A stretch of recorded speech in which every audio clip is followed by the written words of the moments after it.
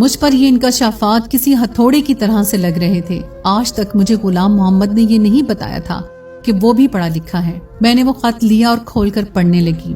ज़ारा, मैंने आज तक तुम्हें नहीं बताया कि मैं तालीम याफ्ता हूँ, क्योंकि तालीम हासिल करना हर शहरी का हक है और जरूरी भी। फिर इन बातों को सबके सामने जताया जाए कोई जरूरी तो नहीं होता। मैंने जब से होश संभाली अपनी माँ को यही कहते सुना कि वो तुम्हें अपनी बहू बनाना चाहती हैं। इसलिए मेरे दिल में तुम्हारी मोहब्बत की कौंपल बचपन से ही फूटने लगी थी।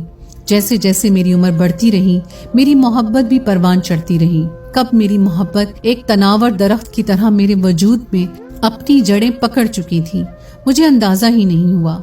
मुझे जब भी अम्मा ये कहती ज़ारा पढ़ रही है, तो मुझे भी पढ़ाई का शौक होने लगा। जब वो ये कहती ज़ारा को खाने में ये पसंद है, मुझे वही चीज खाने में अच्छी लगने लगी। मैं शायद गलती से तुमसे इश्क कर बैठा था ज़ारा, इसलिए शादी की रात तुम्हारे मुंह से सब बातें सुनकर मुझसे बर्दाश्त ही नहीं हुआ। मैंने आज तक कभी आंसू नहीं बहाए थे। रोना तो बहुत दूर की बात है, हर हालात का डट कर मुकाबला किया था, लेकिन उस दिन तो मैं टूट कर ही रह गया था। मर्द सब कुछ सह सकता है, लेकिन अगर लड़की शादी की पहली रात ये कह दे कि वो शौहर के बजाय किसी और से मोहब्बत करती है, तो शौहर का मान एतबार चिकनाचूर हो जाता है। मैं भी टूट चुका था। फिर मैंने तुमसे मोहब्बत भी बहुत टूट कर की थी, इसलिए जब तुम मेरे सामने अपने आशिक से बातें करती, ऐसी बातें जिन पर शौहर होने के नाते मेरा हक था, तो मेरा दिल खून के आंसू रोता था। कब ये गम मुझे कैंसर में मुब्तला कर गया, मुझे पता न चल सका। मैंने अपनी सारी जमा पूंजी तुम्हारे नाम कर दी कि कहीं मेरे मरने के बाद तुम्हारे साथ कोई हक तलफी ना कर सके। तुम आजाद हो ज़ारा, पूरी इज्जत के साथ तुम्हें कोई भी अपना सकता है। मेरी मोहब्बत शायद मेरा मसला थी, इसलिए कब्र तक मेरे साथ जाएगी। खत पढ़ते हुए मैं ज़ारों के तार रो रही थी। ये मैंने क्या कर दिया, क्यों कर दिया? मैंने सोचा समझा क्यों नहीं। मेरी बेतनाई ने मेरे शौहर की जान ले ली। मैं धाड़े मार मार कर रोने लगी। मेरी सास मुझे देखकर घबरा सी गई, कहने लगी ज़ारा ऐसा क्या लिख दिया था उसने? मैं क्या जवाब देती, क्या कहती कि मैंने क्या खो दिया है? मुझे अकल तब आई जब मैं खाली और तहे दामन रह गई थी।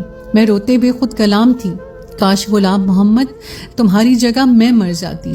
गुलाम मोहम्मद, तुमने मुझ जैसी खुदगर्ज से क्यों मोहब्बत कर ली? काश कि तुम जिंदा रहते, तुम्हारे बदले मैं मर जाती। मेरे आंसू नहीं रुक रहे थे, मैं हिज़यानी की कैफियत से गुजर रही थी। एक वफा गुलाम मोहम्मद मुझसे निभाकर मनो मट्टी तले जा चुका था, और एक मोहब्बत निभाने का मैंने अहद कर लिया था। आज मेरी उम्र 50 साल हो चुकी है और मैं अब भी गुलाम मोहम्मद की बेवा हूँ। मैंने अपने शौहर से मोहब्बत उसके मरने के बाद की थी, जो इस उम्र में पहुंचकर एक तनावर दरख्त की शक्ल इख्तियार कर चुकी है। उसकी मोहब्बत की जड़ें मुझे अंदर मजबूती से जड़ें पकड़ चुकी हैं। मैं बीमार रहने लगी हूँ। मुझे अब भी यही लगता है गुलाम मोहम्मद को मरे हुए बस चंद घंटे ही हुए हैं। अभी मैंने उसका खत पढ़कर रखा है। मेरे लिए मेरे अंदर की दुनिया थक सी गई है। मेरा जख्म आज भी हरा है। मेरे दुख में कभी कमी नहीं आ सकी। मेरी उन लड़कियों से गुजारिश है जो अपनी आला तालीम को सर पर सवार कर लेती हैं और अपने कम तालीम याफ्ता शौहर को हकारत से देखती हैं कि खुदारा अपने शौहर की कदर करें। जितना मुखलिस वो आपसे है, कोई सड़क छाप आशिक नहीं हो सकता। जो शख्स आपको इज्जत से बयाने के बजाय कोर्ट मैरिज का मशवरा दे, वो आपको बेच खाएगा। काश कि ये बात मैंने पहली समझी होती तो शायद गुलाम मोहम्मद आज भी जिंदा होता। तो दोस्तों, ये थी हमारी आज की कहानी।